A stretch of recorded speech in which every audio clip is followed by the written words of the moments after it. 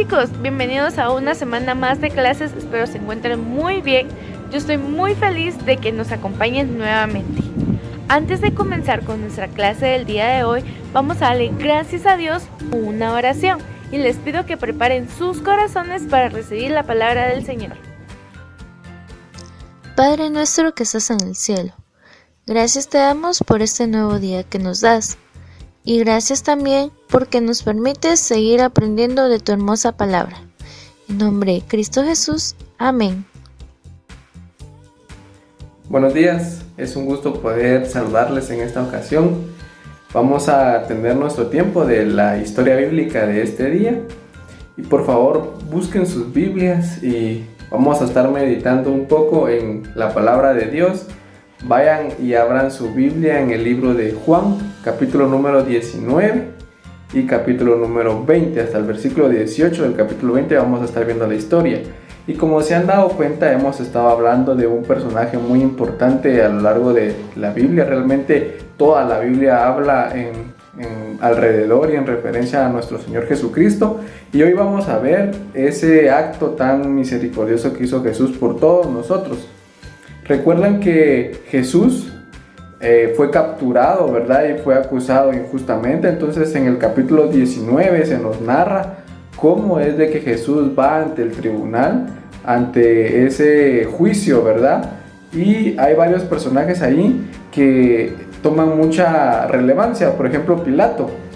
Pilato, a pesar de que sabía que Jesús era inocente y quería liberarlo, tenía miedo de lo que podían decir o hacer los judíos. Y vemos también ahí que todos los judíos se ponen de acuerdo, ¿verdad? Algo que cuesta mucho como seres humanos, pero en esto sí se ponen de acuerdo y empiezan a acusar a Jesús y que el juicio que él merece o el castigo que él merece es la muerte. Así que todos empiezan a gritar que crucifiquen a Jesús.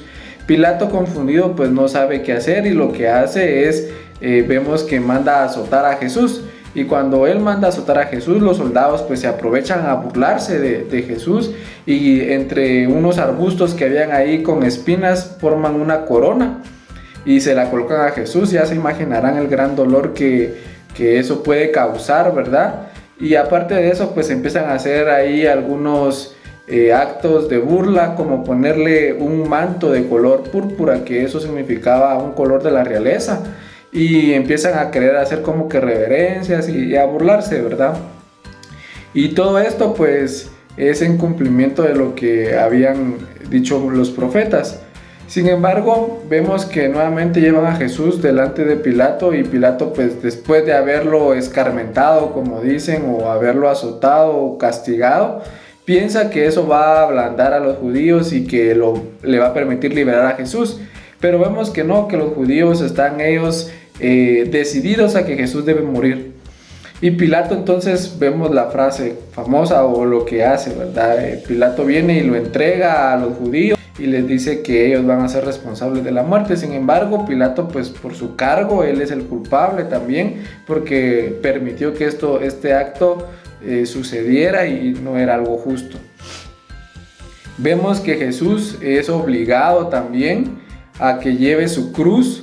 Ellos en esa época tenían un lugar específico para que pudieran crucificar a todos los criminales. Jesús fue crucificado como un criminal y eso lo hacían los romanos para dar un ejemplo, para que las demás personas que quisieran hacer las cosas malas que ameritaban la cruz, ellos lo pensaran dos veces y así poder controlar la criminalidad en las regiones donde el Imperio Romano estaba gobernando. Así que Jesús va a este lugar famoso, a un lugar alto, y toda la multitud va detrás de él. Jesús es obligado a llevar su cruz y vemos que por las heridas y por el trato que había recibido, pues no le es posible llegar hasta su destino. Entonces una persona viene de toda la multitud y ayuda a Jesús a llevar la cruz. Ya estando en la cruz, vemos que Jesús es acompañado por dos ladrones, uno a su derecha y otro a su izquierda, los cuales sí son merecedores del castigo de la cruz, y Jesús pues está en medio. Otra práctica que tenían los romanos era que cuando los que estaban crucificados no morían inmediatamente o tenían un plazo para que ellos pudieran morir y no morían, se acercaban a los que estaban en la cruz y les quebraban las piernas para acelerar su muerte.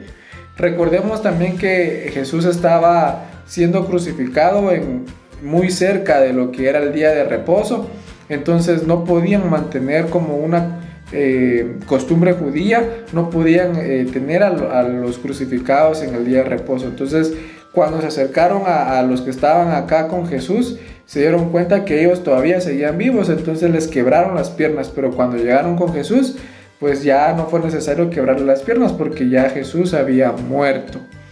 Y todos los judíos que seguían a Jesús, pues muy tristes, desconsolados, llorando, ¿verdad?, la muerte de Jesús. Entonces ya cuando pasó el día antes de que se acercara el día de reposo, vino un personaje de los principales que estaban ahí entre el concilio, ¿verdad?, de los sacerdotes, y pidió a Pilato el cuerpo de Jesús y se le fue entregado. Entonces lo sepultaron, lo prepararon y lo dejaron en la tumba que estaba nueva. Pasado el día de reposo, estamos ya hablando del tercer día, que es nuestro primer día de la semana, el día domingo. María Magdalena y otra María se acercaron a la tumba y la sorpresa fue que la piedra estaba removida. Y eso causó, para nosotros es un asombro y es una alegría saber que Jesús ha resucitado, pero para ellos en ese momento fue algo de tristeza porque pensaron que habían robado el cuerpo de Jesús. Entonces María Magdalena corre hacia donde están los discípulos y los primeros que encuentra fue a Pedro y a Juan. Y estos al oír la noticia salen corriendo de donde estaban y se dirigen a la tumba. Y cuando llegan efectivamente ven que la tumba está vacía. Entonces ellos se desconsuelan un poco, ¿verdad?, porque no saben lo que ha sucedido. Se marchan de ahí mientras que María Magdalena se queda llorando. En eso ve dos ángeles y le preguntan por qué lloraba. Y entonces María les dice que llora porque no saben dónde ha puesto a Jesús y que quería por lo menos darle un presente a Jesús ya en su última etapa, ¿verdad?, ya de muerto. Luego desaparecen estos ángeles y una voz escucha que la llama.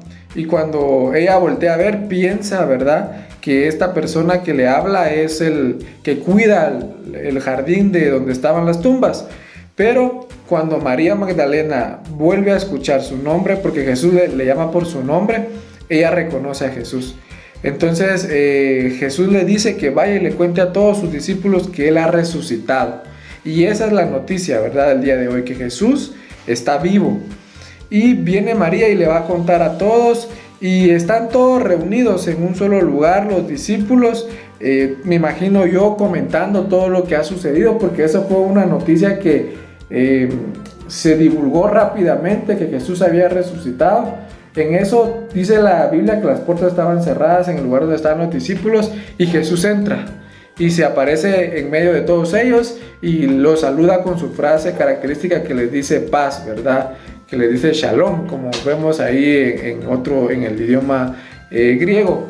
Entonces viene Jesús y les dice a todos sus discípulos que Él ha resucitado y les muestra, ¿verdad?, la evidencia. En sus manos tenía las señales, y en sus pies y en su costado de que Jesús había pagado los pecados por nosotros. Entonces ahí termina nuestra historia. Yo sé que fue un poco breve y bastante resumida, pero si ustedes quieren extender y conocer más de qué fue lo que pasó con Jesús, por favor vayan al libro de Juan y busquen el capítulo 19 y terminen la lectura en el capítulo número 20, versículo 18. La otra semana estaremos nosotros hablando acerca de qué significa todo esto, ¿verdad? Para nosotros los cristianos, qué significa que Jesús haya muerto y qué significa que haya resucitado.